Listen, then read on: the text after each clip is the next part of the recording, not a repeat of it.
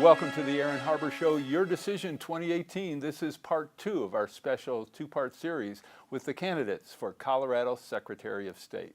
So I'm going to just jump in, of course, Wayne Williams, the incumbent, the Republican nominee, Jena Griswold, the Democratic challenger, the Democratic nominee. So I want to jump in and talk about campaign contributions, because I think that's something the public is really interested in. Jena, you said one of the things you're going to do differently is get rid of dark money. Tell me how you're going to do that. Sure. So we have campaign finance laws generally so the public knows who's trying to affect the outcome of elections and how they're trying to do it. There's loopholes in Colorado law that I'd like to work with the state legislature to close, to increase transparency so the people of Colorado better know who's funding the election. Okay, what would you like to change? Sure. And so because of our time limitations, sure. I apologize for having interrupted you both no, it's okay. In the last show, but I'm going to interrupt you even more. Okay. So think about the question I'm asking you and answer that question. So I don't need speeches. We don't have time. So sure. What do you want to change so that people know more about where money's coming from? I would like to extend the definition of electioneering to the period from the primary to 60 days before the general election. I would like to make sure that the disclosures, the paid by disclosures are on all electioneering material, both of which these measures Wayne has opposed in the past. I would also like to all right, make let's sure... stop there. I want to give Wayne a quick chance to respond. Have you opposed those kinds of measures? There was a bill in the legislature that would have made it illegal for a candidate to send out a wedding announcement for their kids. Yes, I opposed that. Okay. I would say that's an exaggeration. No, it's not. The testimony actually said just that. All right, go ahead. So to continue, I'd like to fix those two things because the Secretary of State is the chief campaign finance officer for the state, so you should be taking proactive steps to increase transparency. I'd like to make sure that all giving for state races is transparent and we see the actual people making those contributions. So how would you do that? So other states are doing this too. So it's not my brand new idea. So how would you do it? So you pass a law working with the legislature that says, hey, if there's an entity, an IE or a different type of entity putting money into campaigns, they have to disclose where their money comes from. And just not other entities giving them, but actual people donating to the entities. And what other states are doing, and something that I really support, is requiring that disclosures list the top 3 actual donors to a campaign. But more than just that. Wait, why wouldn't the disclosures list, why wouldn't you want everyone who donates to a committee or campaign be disclosed? So if it's not a candidate campaign, if it's a PAC, IE, something else like that, we could have disclosures say, okay, paid by whatever entity, top 3 actual human disclosure or actual human donors. That would be required on an advertisement, you're saying? Yeah, I would like to see that. I think more transparency is better. But besides just working with the legislature. All right, hold on. I want to give Wayne a chance to talk about that concept, and what would you want to do to increase transparency when it comes to campaign contributions? You know, one of the things that I have done as Secretary of State, when a federal court struck down Colorado's enforcement mechanism, I worked with both Democrats and Republicans to adopt a replacement system. We did it quickly, seamlessly. Since that time, we've been able to investigate. We set quicker deadlines so that we got quicker responses and we were able to get candidates or committees to fix issues much more quickly than under the prior system. So we've made it more transparent than ever before in Colorado. How about what have you done to improve the reporting system for campaigns? Because my recollection, of course, it's been a long time since I looked at it. It was pretty unwieldy, not easy to use, difficult to really track how one individual's activity might be, or a company or whatever. Have there been any changes in that system yet? Yeah, we've made it a lot easier to use. In fact, Progress Now cited the campaign finance system we have, saying that should be expanded to other areas as well. You can download it into an Excel spreadsheet, which allows you to sort and do whatever else you'd like to your heart's content. So we've made that a very good process, very transparent process. And as I said, we worked with both Democrats and Republicans to quicken the responsiveness when there are issues. So I can download every campaign contribution that's been reported to the Office of Secretary of State? If you'd like. And that has all the information that has been given to you? Correct. So your comment on that, and what can we, and just tell me about if you think that's progress, if that's accurate, and what else we should do. Well, I think the things that we should do is close loopholes in current law, which Wayne hasn't done. I plan to do. I also plan to Loopholes such as what? the electioneering definition, for example, the disclosure definition, where the paid by disclosures don't have to be applied universally for all pamphlets that go out, all commercials. Let's close those loopholes. I want to work with the legislature to do that. I think it's good for our democracy. It increases transparency. And then I plan to more heavily audit campaign finance filings and enforce the letter of the law. I think campaign finance is incredibly important to make sure that there's not corruption, there's not foreign donations, and that citizens know who's sending them information and who's putting money into the outcome of our elections. Basic democracy. So for both of you, I'd be interested, one of the things that's happened is a lot of money has moved to third parties that often are actually legally not allowed to consult or collaborate or conspire or collude, as it were, with campaigns. And so the disclosure of their donors often is not public. Wayne, do you think we need to find a way to make sure that those contributions to those committees are disclosed? And do you have, I'd like to know if you think they should be, number one, and number two, if you do think they should be, what should we do to make sure that happens? So I think the biggest thing we can do and the best way to improve that process is to change the incentives. Right now, it is easier for someone like George Soros to plunk down $500,000 as an independent expenditure committee against the Jefferson DA, Pete Weir. It's much better if you could actually have the candidates be responsible for those. That way you don't get a candidate saying, oh, it wasn't me, it was the independent expenditure group with whom I can't do anything. I would much prefer it be directed and change the system so that it directs it towards the candidates, the people who are responsible. So the other thing it does, well, let me clarify. No. Let's finish that. How would you do that? What would you like to change in the law right now that would allow George Soros to write a check for $500,000 to the opponent of Pete Weir? Wouldn't make it so we could write that large a check. But what I would do is make it so that, let me finish if I could, let me finish.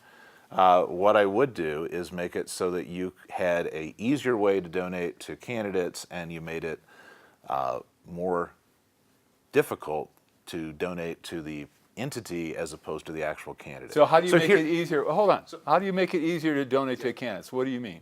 You need to change the limits there so that people actually will be able to donate to the candidate so they're directly. We've got a sad system right now where you have to be a millionaire, it seems like, to run for governor, where you have to be able to donate personal wealth in order to do that. I want a system that makes it so that Coloradans across the board have the opportunity to run for office and that we're not limiting it to the privileged few.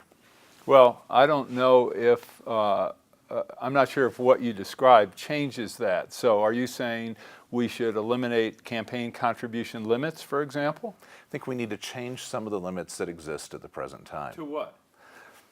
That's a bipartisan process. Well, give me an order of magnitude. I mean, for governor right now, what's the maximum you can donate? A little over $1,000? So there's a constitutional amendment right now that I support. That would allow. I don't want to. This is precisely the question. Just give me a number. It increases it by I 5 understand times how it works, you Wayne. That's not going to solve the problem. That's another show. That will not solve the problem you articulated. You show me. You tell me what you can do to solve the problem. I'll give you an answer. You eliminate campaign contribution limits. That's the answer. You and I know that's the answer, but you're not going to say that. But you and I know that's the answer. I think if you look at systems where you have full disclosure, you certainly at least make it so that it is easier for someone to give to a candidate than it is to give to a third party. The other thing you get is you get a much more What do you mean easier? Campaign. You're writing a check either way. That's easy. So you make it so that the check can be larger to a candidate than the current system. That's not making it easier when you can write an even larger check to a third party. Okay. I'm sorry, but we have to take a break. We're going to be right back with our candidates for Secretary of State in just a moment. For information on how to help promote civil and mutually respectful discourse and support expansion of the distribution of our programs, please email info@harbertv.com. I'm Aaron Harber, host of The Aaron Harber Show. You can follow the show on Twitter for instant notification of new episodes, live event invitations, outtakes, and behind-the-scene photos. And tweet us your topic and guest suggestions today.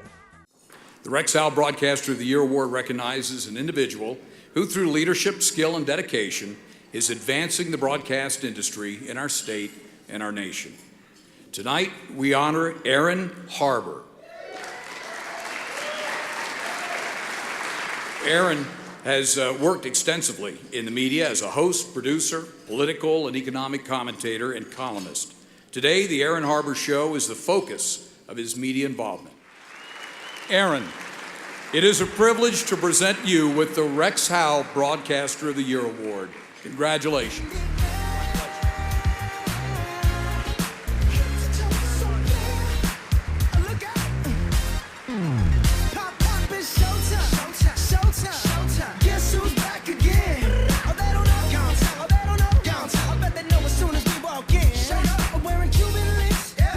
Just make journalism great again.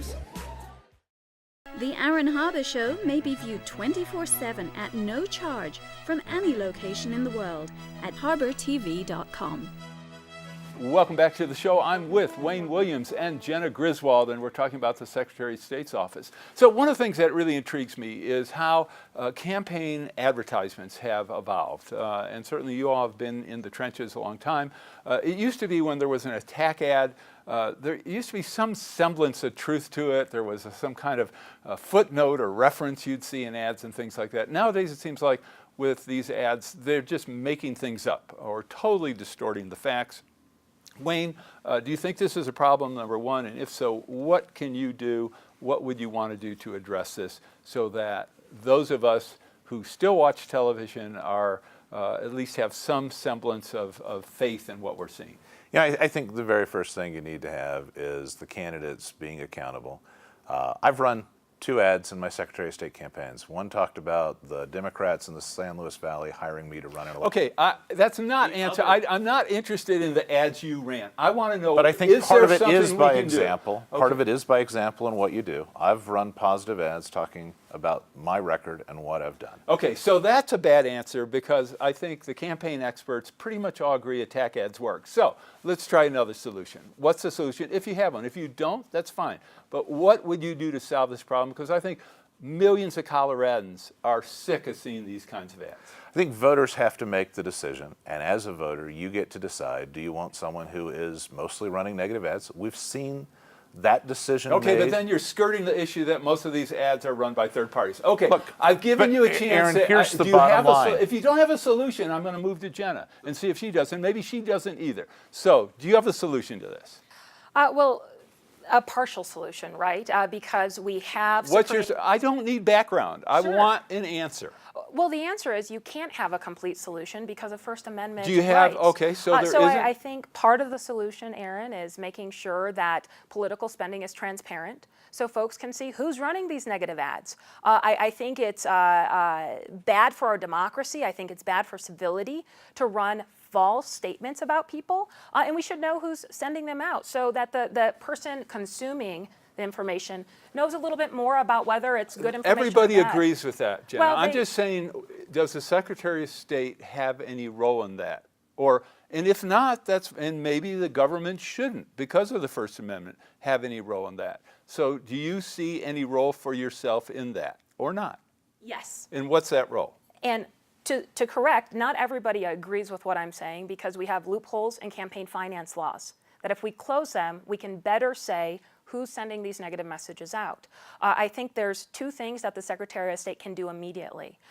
First and foremost is always talk about the facts. Don't make up things and say your opponent does this and the other when it's not truthful. Lead by example. And I hope to that's do that. what Wayne already made that suggestion. Well, and then second, I would love to look into if there are things that we can do. I'm not sure at the end of the day. So let's bring together the legislature and key groups in Colorado to see if there is something we can do. But lead by example and close those campaign finance loopholes. Okay. Wayne, one of the things I want to talk about, one of the key responsibilities of the office also is to regulate lobbyists. Tell me what you feel you've accomplished in that arena and what you still feel needs to be done. So we've begun a working group bringing together folks who have an interest in changing some of the way it's done. There's some duplicative reporting, and in some cases, it's not as transparent as it needs to be.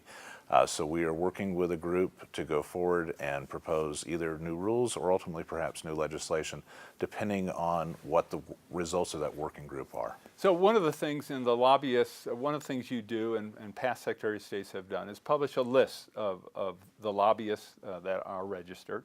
I'd be interested if you feel there are people who are lobbying who should be registered and are not registered. These are on state issues. This is at the General Assembly, number one. And number two, in the past, you were able to sort that list only by either the lobbyist or by the company. Do you now provide that list? For example, you mentioned Excel spreadsheets, which you can sort any way you want. Is that something that's online today at the Secretary of State's office or not? That's something that we're working on, adding to that functionality. The challenge with well, who's when you lobbying, say you're working on it, but isn't the list an Excel list today? No. Because what do you turn? You have to turn something into a PDF that you post. What is the form of that list originally then? It's either, I assume, a Word document or an Excel document. Actually, it is a proprietary software document.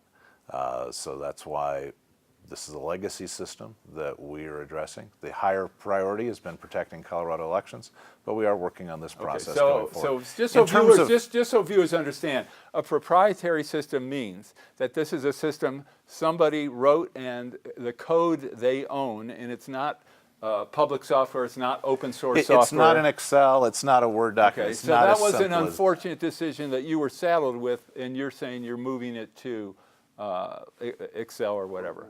Okay. Well, I asked you about this 4 years ago, so I told you I was going to give you a hard time. Okay, what's your answer to that? I truly believe that special interests are drowning out everyday people's voice, and we have to increase transparency across the board. So how do you do that as far as the lobbyists are concerned? And what changes would you make? Well, I want to make sure that lobbyists are reporting in a timely manner so that even other lobbyists know who's representing who. I want to make sure that we're... How do you know they're not reporting in a timely manner right now? Word on the street, and then also how the law is drafted, making sure that we're really sticking to the letter of the rules. But besides that, that we've seen over the last several years, lobbyists disclose their firms as their clients instead of the actual clients. I want to make sure that that practice stops, that we're seeing the actual clients disclosed. And to be perfectly clear, there's great lobbyists out there representing really good issues. But at the end of the day, this is about transparency. It's about the people of Colorado knowing who's trying to affect the outcomes of the bills and elections and everything that we should know about. Okay. Wayne, one of the things that Jena criticized you for is when the Trump administration's Commission on Voter Integrity asked Colorado for its voter registration list, which is in part a public document. You handed that over to the Commission. And of course, I think your response when criticized was, I assume, was, well, it's a public document and anybody can request it. Tell me about that response. Jena, I'm going to give you a chance to tell me about your critique of it. But first, tell me about your response and what you could have done differently or not. Okay. So first, Colorado law sets forth with respect to the voting records which things are confidential, which things are public. Your year of birth and whether you voted or not, your name, address, those are public records. Your Social Security, driver's license, date of birth, those are confidential. We provide the public record available to people, the Democratic Party, the Republican Party, Libertarian Party, a host of others. Do you think that's something we should continue to do? Yes, and I think the evidence of that is out of the 102 or so legislators in this last session, not a single one introduced a bill to change that. How many requests do you get for the entire list annually? Dozens, depends on the year and how many ballot issues are there. because a lot of times as you're searching, as you're collecting signatures around the state, you're getting a copy of the list. How many commercial entities ask you for the list? Do you know? Not sure, and I'm not. Since some of the parties get them and then share them with their candidates, I'm not sure how you want to count them. If I get the list, am I allowed to resell it or give it to other people? Do whatever you want with it. It's a public record. All right, I know we're out of time this segment, but I want you to, what was your criticism and what would you have done differently? So this, Trump formed a voter commission, and it was suspect right from the beginning. It was being ran by someone with this long and ugly history of disenfranchising hundreds of thousands of eligible citizens across the nation, and there were various lawsuits filed for federal overreach. So as Secretary of State, if you had been Secretary of State, Jena, what would you have done differently? Well, I wasn't convinced we had a valid request from the beginning. Colorado law is not in a vacuum. There's the 10th Amendment that requires the federal government to have a law to make states to act. There's also federal law, which arguably were breached by this commission. And at the end of the day, there was no assurances right at the beginning that the collection of private data, personal data, on every citizen in the nation was going to be stored in a secure server. So I would have... Well, okay, tell me, all right, what would you have done? And then, but let me ask, so if I buy a copy of the list from you, am I under any obligation to keep it secure? You're not, and in fact... Okay, that's all I want to know. Go ahead, finish, because we're out of time. Sure. So the federal government, which is not a third party, it's a different type of entity, was collecting information of every citizen in the nation. I understand. What would you have done differently? Number one, make sure that there's cyber assurances from the federal government. Number two, make sure that the federal government is following federal law and collecting state information. And at the end of the day, I wouldn't have sent our voter information when there were pending lawsuits and when this commission was extremely suspect. And Wayne's decision to do so caused thousands of Coloradans to cancel their voter registration. If he would have just waited, the commission was disbanded by legal challenges, and we wouldn't have had these thousands of people cancel their voter registration. All right, we're out of time, but you deserve at least 30 seconds to respond to that. Colorado law says you're supposed to provide requests and the documents requested within 3 days. I believe you have to follow Colorado law, and a decision by a Secretary of State to play party favorites or partisan favorites isn't what this job requires. Okay, on that note, we're going to take our last break. We'll be back to wrap up with Jena and Wayne in just a moment. For information on how to help promote civil and mutually respectful discourse and support expansion of the distribution of our programs, please email info@harbertv.com. I'm Aaron Harber, host of The Aaron Harber Show. You can follow the show on Twitter for instant notification of new episodes, live event invitations, outtakes, and behind-the-scene photos. And tweet us your topic and guest suggestions today. I'm Aaron Harber, host of The Aaron Harber Show. I very much would like to hear from you about the program, so please send me an email with your thoughts. You can suggest what topics I should cover, what guests I should invite to be on the show, or even what specific questions you would like me to ask. This is your program, so send your suggestions to aaron@harbertv.com. I promise to personally read every one, so email me today. And most of all, thanks for watching. Join me and watch The Aaron Harber Show. Watch The Aaron Harber Show. Watch The Aaron Harber Show. Watch The Aaron Harper Show. Watch The Aaron Harber Show. I'm Reverend Jesse Jackson. Watch The Aaron Harber Show and Keep Hope Alive. I'm Aaron Harber, host of The Aaron Harber Show. Find us on Facebook to get all the latest updates, see behind-the-scene photos, and make comments and ask me questions. You can see episodes before their TV broadcast, so like the show today. The Aaron Harber Show may be viewed 24/7 at no charge from any location in the world at harbertv.com. Welcome back to the show. This is our final segment with Wayne Williams and Jena Griswold, who are running for Colorado Secretary of State. Make sure you watch part one of our two-part series. This is our final segment in part two. So, quick question. Wayne, do you think there's significant voter fraud in Colorado? There is not, because of the processes that we've adopted in Colorado. All right. Jena, do you think there is or is not? Is not. All right, that's great. Let's jump to the business division. So the business division is really, in terms of number of transactions, revenue, and everything, the primary part of the office. What would you do, Jena, to improve the effectiveness of the business division in the Secretary of State's office? Well, I do think Wayne has taken positive steps forward with MyBiz Colorado, but I want to make sure that everything a business needs to start for the first time is located right where they register their business entity. So that means that if you have to file unemployment or workman's comp, opt out of those, it's right there where you file your business registration. And the same with whether you have to file with the county. So making it a one-stop shop right where you register your legal entity so that Coloradans don't get tangled up in red tape. Wayne, what would you like to do? What have you done quickly, and what would you like to do in the next 4 years? So we've established mybiz.colorado.gov that makes it easy, that does consolidate a lot of those filings. We're working with the governor's office. We've had a good working relationship with Governor John Hickenlooper. Plan to do that with whomever is elected next. Continue to expand the ability of that portal to access other agencies of state government. It already accesses everything I do, but we need to expand it, and we want to ultimately be able to get local entities that are interested in that process as well. All right, I'm going to give you the same criticism I gave you 4 years ago when you were first running for the office, and this is, I'm assuming it's because the Secretary of State system is a legacy system, a proprietary system that's difficult to modify or change. But if someone is, for example, filing a periodic report and all the information for that person filing the report's already in the record, your office asks for it again if that is the person registering or re-registering or confirming the report. Why is that still that I have to key in all that additional information, number one? Number two is, and we talked about this as well, small businesses who may have 2 or 3 different entities, business entities, used to be able to have an account with your office. So as we were making periodic or other reports, our balances would be deducted. We no longer can do that. That was taken away. You have to be a big business to have an account now.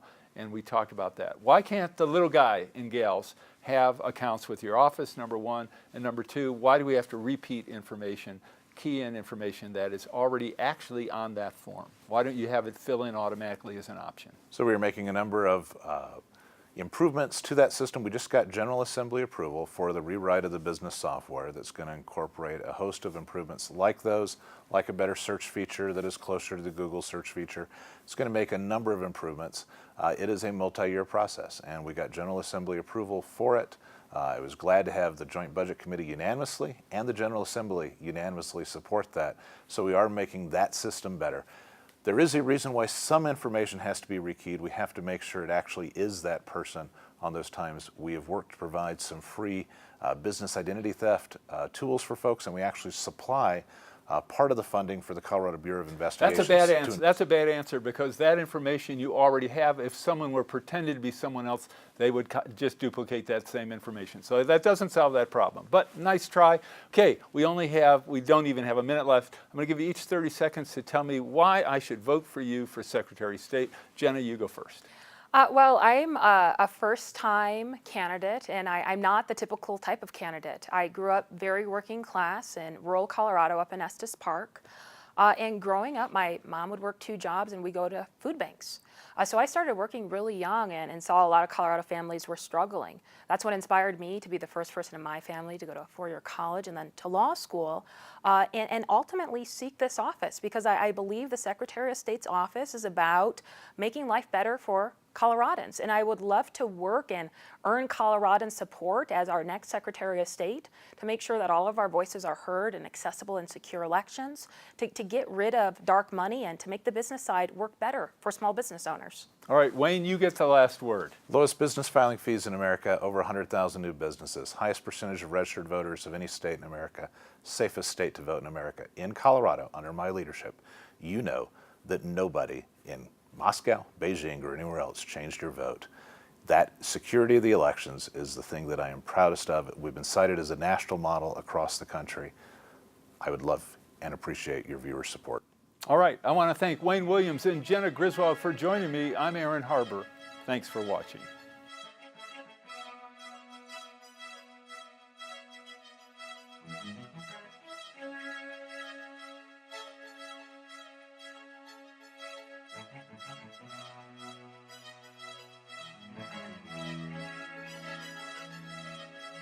Please contact us. We want to hear from you. And thanks for watching.